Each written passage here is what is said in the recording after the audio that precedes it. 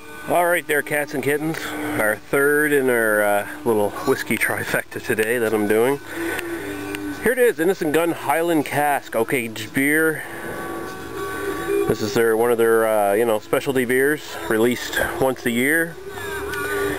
Previous year I believe it was carefully matured for 71 days, or was it 40 something? I can't remember at the moment. But it's different than it is now, 69 days. And this is, it's matured in rare oak barrels that had previously contained 18-year-old single malt Scotch whiskey. Earlier this year, we were lucky enough to attain some extremely rare oak barrels from a famous distillery in the Highlands of Scotland. These barrels have been locked away for 18 years, maturing single malt Scotch whiskey. Once they'd be emptied, we filled them with a beer brewed to perfectly complement their rich, complex flavors. Then over weeks of maturation, our beer slowly unlocked these delicious flavors from deep inside the oak. Tasting the beer as it was maturing was an incredible experience. Yada yada yada.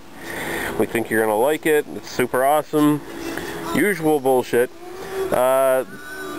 This bottle comes from a select batch of only 490 barrels. And I guess that's all we need to know. Best before December 2012. So we got a year to do this review and finish it. So we're gonna open it up. I love their presentation when they do these boxes. They go for the sort of Scotch whiskey presentation with the the fancy box and everything like that. So we'll be right back and we'll see what we think of this beer. Okay, we're back with Innis Gunn Highland Cask 2011 version. Looks like a Irish red, really. It's kind of got that reddish amberish color to it. Deep copper, maybe you could call it. Nice fluffy head on there. So go right to the smell.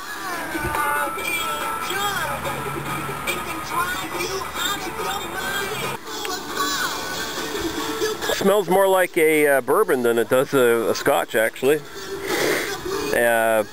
It's got a much more of a fruity character to it, sort of a deep caramel fruity kind of character.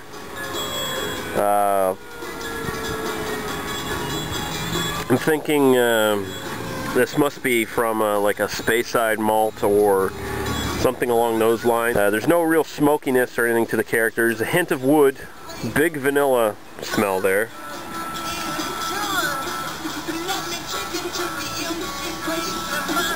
It's good though. It smells a lot more like bourbon though.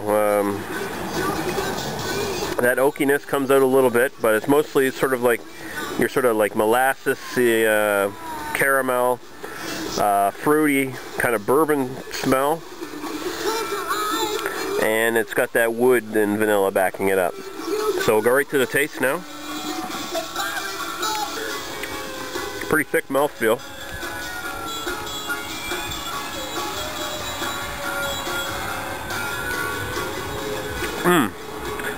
Again, it's got more of that bourbon kind of character to it. Not quite as sweet, mind you.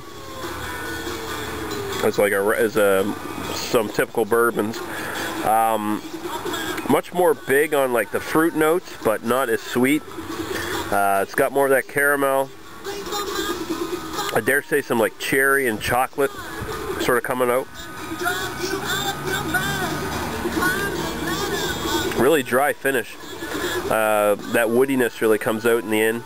The alcohol is not present at all. The alcohol, by the way, I didn't mention that. 7.1%.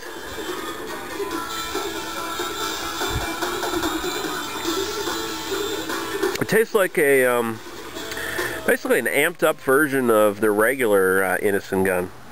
I gotta say, I'm a little let down actually. The promise of these 18-year-old Scotch whiskey oak barrels that they aged it in got me thinking that this was going to be extremely complex.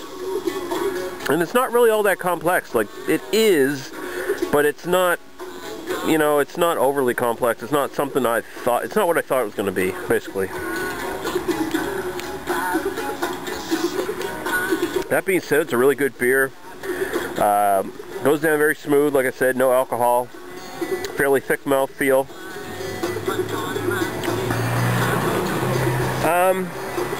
I don't think I can rate it any harder than I did the one last year, and I think I like last year's a bit better than this one. I'm a little torn here.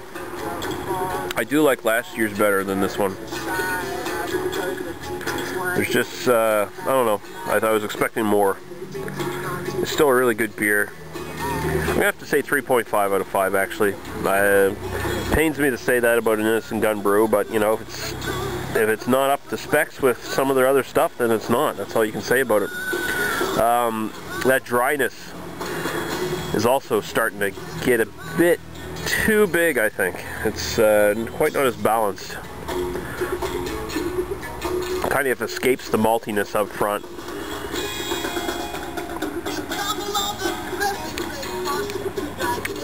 That being said, I'd still buy it again. I'd still drink it again. But I gotta say 3.5 out of 5 for this year's edition of Highland Cask. It's just